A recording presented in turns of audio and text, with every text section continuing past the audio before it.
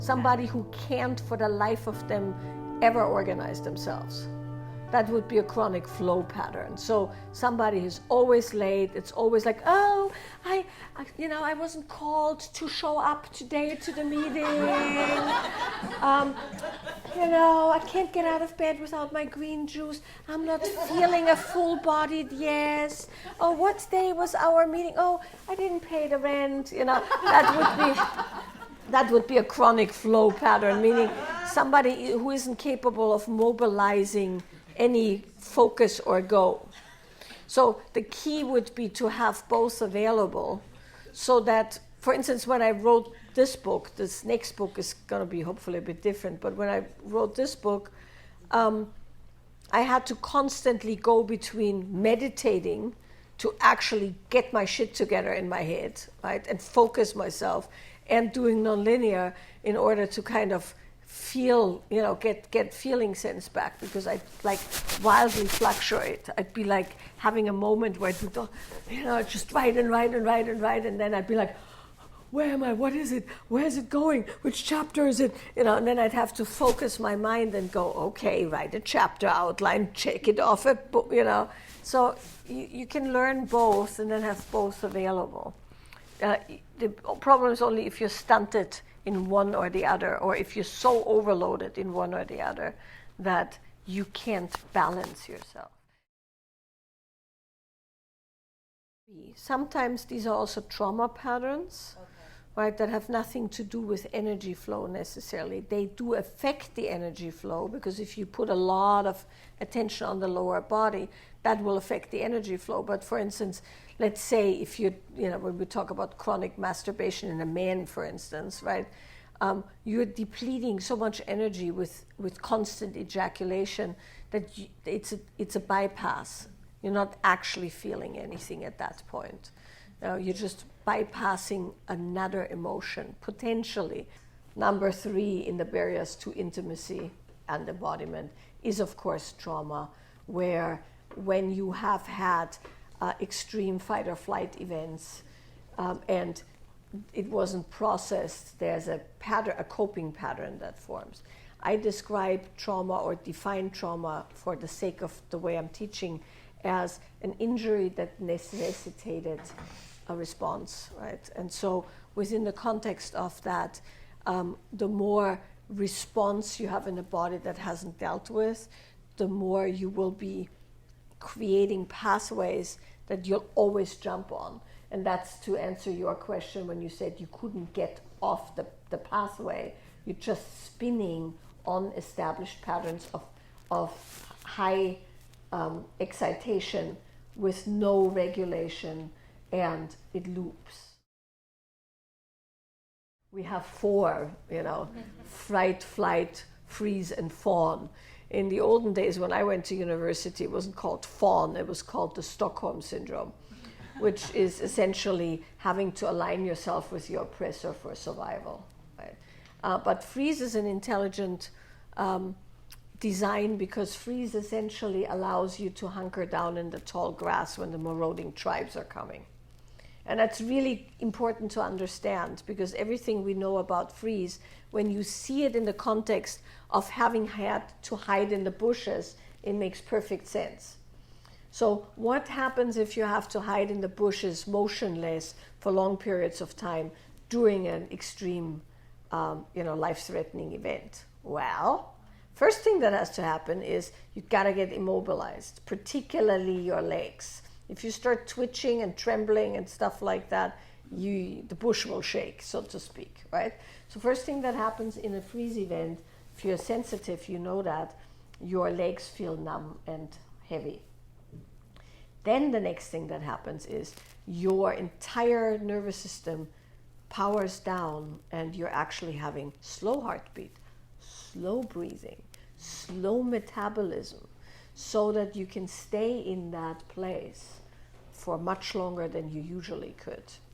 And very often, I once worked with some emergency room physicians, and very often in emergency rooms, people who are in a freeze state are not diagnosed properly because their vitals are normal or below normal. And so it's a really interesting thing. Nowadays, people have a lot more education on it.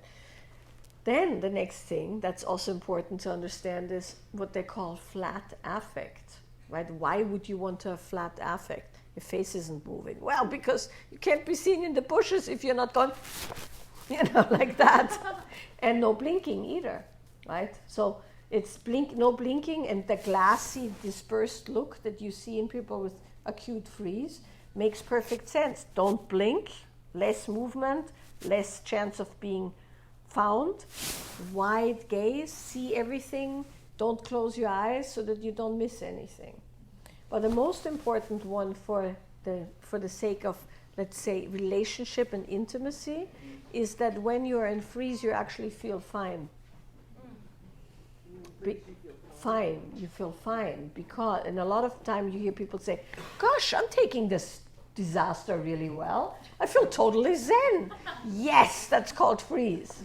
Right? Because if you're internally totally spun out, you can't stay externally calm. So a lot of times freeze people don't feel that anything's wrong because they feel fine. And so if this happens to you, one of the things that's always important is wiggling your fingers, wiggling your toes, feeling your ass in your seat, starting to move your body, blinking, blinking, blinking, looking down on your feet. And then if you feel that stuff starts bubbling up, then that was a freeze.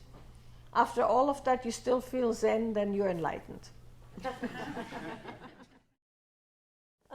Well, it's very hard when you start a new relationship to go, hey, what is the voice of your negative imprint, right? It would be nice if humans came with a manual, right? By the way, those index cards you have, they are like a manual now, in a certain way. But if you know your own, then you can pretty much bet that whomever you want to be in relationship with has the reciprocal ones. That's just how it goes, right? So meaning, if you have something like, oh, I'm not good enough, they'll probably have something similar, but it makes them act differently. So with good enough, it's typically one becomes a people pleaser, the other one refuses to please, for instance, right? So I'm not going to do anything I can't do right anyway. And the other one goes, but love me, love me, love me. I'll do anything you want just so that I'm good enough, right? And so those play together, for instance. So then there's the chasing there in the negative sense. But of course, there's positive too. So maybe they're not good enough. The positive aspect is somebody who's really generous and abundant. And then the reciprocal of that is somebody who has a huge capacity for, let's say, new adventures and taking you somewhere new or stuff like that. So it's not all bad. It's just that these things are, as you saw yesterday, restrictive. They don't allow you to make choices outside of that conditioning. So the best way to work with that is to make sure that you know yours and that you can disengage them at times. That's the best way, because that then disengages it in the other person. So I just worked with somebody where essentially every time she gets, she has a thing around abandonment, so every time she feels like she's being abandoned, she gets very aggressive. Like aggressive but denying, right? She goes, well, fuck you, then I'll do it all by myself, right? And his abandonment essentially kicks in where he goes, well, then I can't contribute to you, so I'm worthless.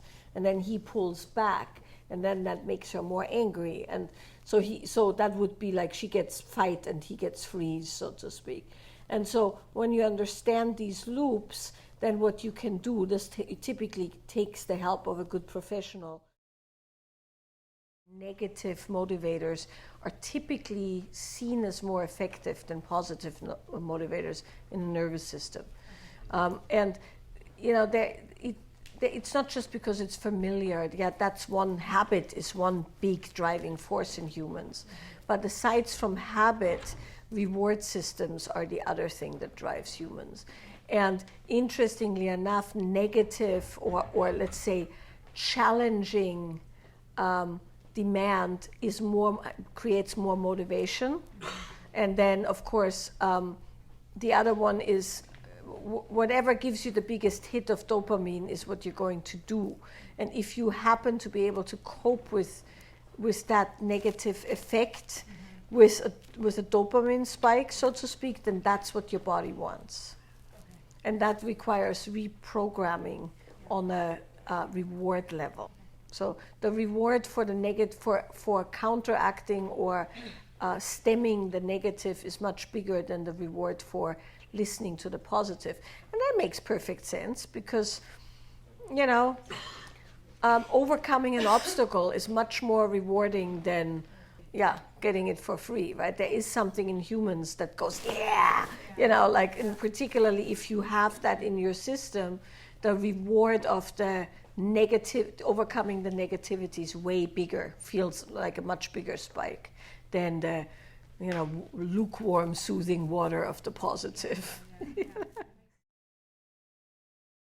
a very nuanced situation, right? This is kind of a exploring therapy situation, not get a quick fix in Q&A situation. I want to just say that because it's super nuanced.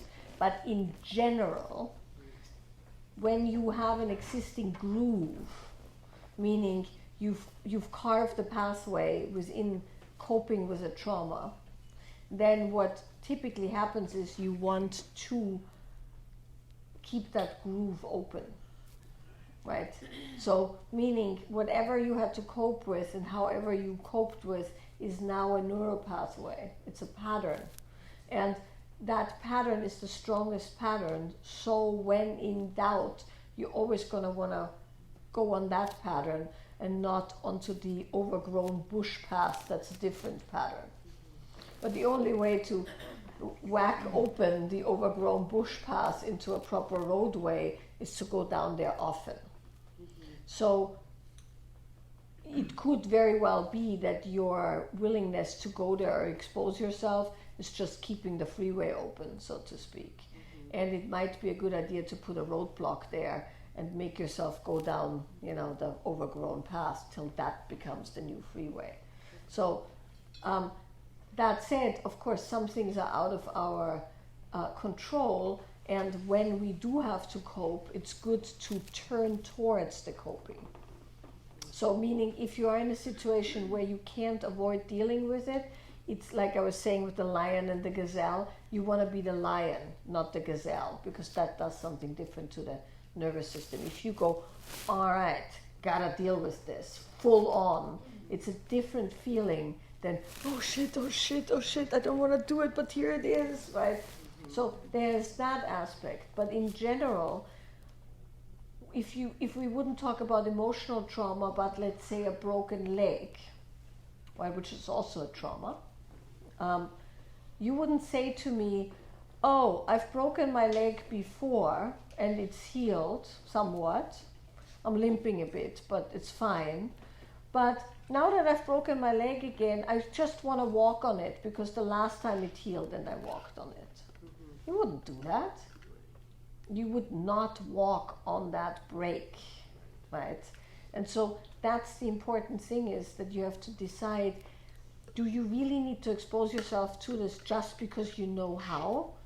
You feel the broken leg once doesn't mean you should break your leg again so that you can heal it again. That's not actual healing. That's re-injury that you just know how to heal better because you've done it before. You know how to put that cast thingy on or whatever. But that's not the same as actually healing.